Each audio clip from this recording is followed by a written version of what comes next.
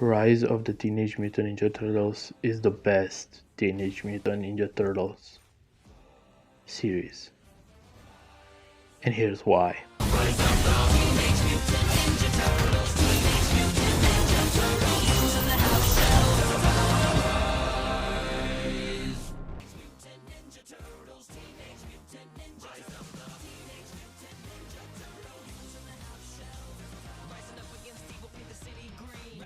At first, when I saw it, I must admit I was one of those people who was doubting it. I was saying, oh, this is stupid, this is bad, whatever. After I saw episode 1, that's when I was. This animation is just amazing and the jokes are good. So, you guys from Jersey? So, what I got from this show is basically good humor and good animation, with some outdated memes like dabbing, which makes sense because this show was in production throughout 2016 2017 when dabbing was something that you could do unironically, and obviously it was released in 2018, so some of the things didn't age well, but outside of the dabbing I would say that most of their things are pretty okay. They're not too outdated. Now, what I appreciate about this show, it's of course besides the animation and the fight scenes, and just look at the storyboards, and you can see like the talent that goes into this show, the amount of, I don't even know how to describe it. This show's animation is just amazing. If you have eyes, you see that. Anyone that says no, it's not, it's bad, it's either blind or it's just very offended and they're like probably in their 40s, 30s, and they want their old Teenage Mutant Ninja Turtles back. Which is odd because if you look at any other incarnation of TMNT, the animation isn't good. Like the original TMNT, the animation is pretty bad, except of the opening. The 23 one, the art style, it's very, comic book esque, but the animation is pretty stiff compared to something like Batman, the animated series, or the DC animated universe as a whole. And then you look at 2012, which is made in CGI, which puts some restrictions on the capacity of which they can animate, which is kind of weird because CGI is usually used to animate easier and better and more complex, but sometimes it just isn't. It depends on which form of CGI you use. So this one, it obviously has the most fluid, the most complex, the most, I don't even know how to describe it, type of animation. It's basically like watching Gurren Lagann or Naruto or One Punch Man or Mob Psycho, but like this is like every episode of this show, and this show it's like long running. Like it has by the end of the series like 30 episodes, and all of those episodes have at least moments of this type of animation. Every episode it happens. And I dare to say that this show it's and has better animation than season 2 of One Punch Man. I don't know if it's an unpopular opinion, but this is what I think. Now, a thing that not a lot of people talk about when it comes to the show, it's the color palette. The color palette for the show, it's orange, green, pink, and purple, which those are like my favorite colors, first of all, so that might be just a thing about me that those are my favorite colors, but also just aesthetic wise, purple, it's one of the most pleasant colors there can be, and the dark green gives it a very greedy but kind of comic book-ish vibe, kind of like the European comic books or comic book art which you see in France or Italy or even UK in some places, that kind of vibe. And also what I like about it and appreciate about it is the fact that it's not very round. So it's not this colored, quote unquote, art style, which the colored art style, it's not an actual thing, by the way. Oh, this new muscle milk flavor tastes like CalArts. Ow! CalArts! Watch where you're walking next time, CalArt! CalArt style. CalArt style. CalArt. CalArt. It's nice to be home where nothing is CalArts at all. But it's very square-like. It has angles. It's very Samurai Jack-ish, right? That's why it gives this vibe of 2002, 2005 type animation, you know, at least type art style, I would say. And combined with this animation that's like very Gurren Lagann-esque or very Naruto-esque when it comes to fight scenes, is just amazing in my opinion. Now let's talk about the writing. And I know this video is all over the place, but this is more of me talking about what I like than just me making a breakdown of everything in this show. So when it comes to the writing, a lot of people complain about petty things like, oh, they have different weapons. Well, that's just something different. It's not a criticism of the show. Oh, well, they are different species. Again, not a criticism of the show. Being different species isn't inherently bad. You have to prove something it's inherently bad, or to make a point of why it's bad. People just say those things without arguing why it's bad. They just say it's bad because I think it's bad, which is not a good argument. Because in that sense, I can say it's good because I think it's good. So we don't go to any logical conclusion with that, right? So most of the changes people talk about it, they just argue against them or dislike them because they are changes, not because they actually have an argument of why are bad. So again, when it comes to writing, what I really like about this show is the characters and how they feel like real people. Like in the previous incarnations and in a lot of shows in general, even the shows I like, you see people that are a one-man thing. They have one or two or three traits, and that's about it. In this show, everyone is complicated. Everyone has every emotion. The amount of times you see in this show people being either sad or happy or embracing their family, it's something so real life to the point that I wish I had that. Okay, I'm gonna stop projecting. But another thing that I really like about this show is Splinter.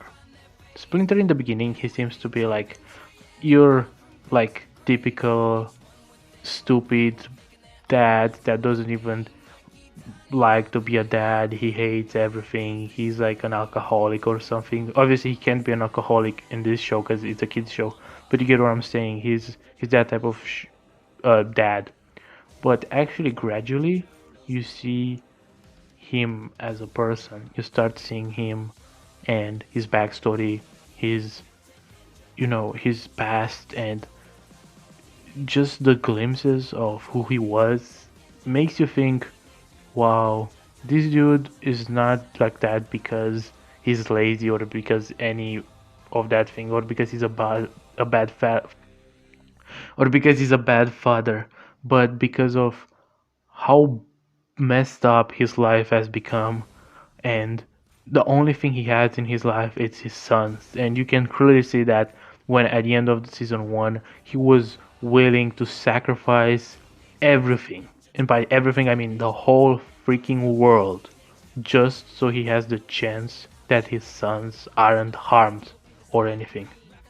And what I especially enjoy about his character is at the end of season 1, when you actually see him fight, or to be fair, towards the end of season 1, when you see him fighting the turtles and basically destroying them, basically humiliating them, as old as he is, it's just amazing because it just keeps you from forgetting that he's actually one of the strongest and most skilled people in the show. And even the choreography in this show, I would go as far as to say that he's probably the most choreographically skilled fighter in the whole franchise, because usually you don't have any type of choreography in any show that comes even close to this. Maybe in some movies, but outside of that, this is the most choreographed show I've seen from TMNT, or just think in general from TMNT. So just his style is so pleasant to watch, and then when he beats the turtles is so cool because the turtles don't even know it's him, but he schools them. And then later in the finale of the show, when you see him fighting Baron Draxim and essentially beating Baron Draxim, this Baron Draxim, which I'm gonna go into later, who basically has fondled the turtles numerous times all by himself. He sold the turtles multiple times himself. Now gets fondled by Splinter, just one person. That's just insane, and I just love, dude. I love Splinter. His character development, which I'm not gonna go too much in depth into, because obviously I want people to watch it if I haven't seen it, and people who have seen it know what I'm talking about. It's just amazing. Donatello? I may have lied about this event, but I never lied about wanting to spend time with you. I would not have brought you here if I did not.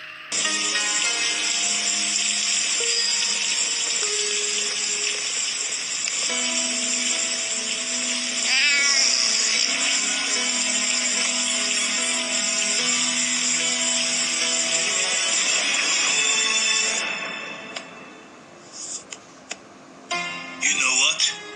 You're right. I wouldn't change my life and what I have with my boys for anything. And now going to Baron Draxum, someone who also gets development, and he's voiced by John Cena. Insert John Cena Tum Turum Tum song meme. Baron Draxum, it's actually someone I kinda understand. You know, it's like yeah, I understand your motives are kind of psychotic, but at the same time they do make sense. Because if you think about it, yokais were discriminated against, and because they were monsters, they were forced to move into the underground and not come at the surface, because humans would just see them and, probably exterminate them or things like that, which is a real life topic which happens in real life when a minority or a group of people that just look different are basically put somewhere where they can't, interact with other people. Basically segregation to an extent. And Baron Draxum trying to make every single human also a mutant, not just because that would be, equality, but because it would be the next step in evolution. It's actually a pretty understandable goal. Now, is he evil? Yes. But also, in season 2, when he kind of gets redeemed and he kind of becomes the second dad of the turtles, because he created the turtles in this series with the DNA of Splinter, which means that basically the turtles have two dads, and it's not even a gay thing, it's just a dad's thing, which is wonderful. So the fact that he comes around and he starts actually helping the turtles is just awesome, but also it's awesome how he doesn't change completely to a good guy. He maintains his crazy shenanigans, but now he's just the lounge lady in a school. It's just amazing. And he's still very strong, by the way. He's weakened throughout season 2, but he's also strong even then. And what can I say? April. I love April. She's the best April there was. And you can't change my mind. When it comes to KC, which we didn't find out she was KC up until the finale. Also the best KC, don't add me. I loved Food Recruit before I knew she was KC, but now that I know she's KC, yeah, she's the best KC. I'm sorry other KCs. me be simping, bro. I just felt no simp September, I guess. And April is just awesome in general. She's an awesome character, and actually has a character, and actually has a motivation of being uh, friends with the turtles, which is she enjoys being with them. Whereas the other Aprils were more like either journalists, or they just discovered that, or they had some secret powers, or they need to be saved by the turtles all the time. This April, it's strong enough to fight her own battles, but also needs the turtles in some situations, and also she wants and likes to hang around with the turtles, which is a better motivation than, well, I guess you are mutant, so let's hang around, bruh. Which which is basically the motivation of other Aprils in general. And yeah, that's about it. I already talked about the animation, how it's amazing, and that's it. This is it. This is why I think it's the best, and I think it's a good show, and you should watch it. And even if you don't wanna watch the quote unquote filler, just go into comment section and ask me. I'm gonna give you a list of episodes that are only plot related, and you can watch that if you want to, if you haven't seen the show. Yeah, that being said, thank you for watching the video. This has been Ghost Tornado, and see you next time. Bye.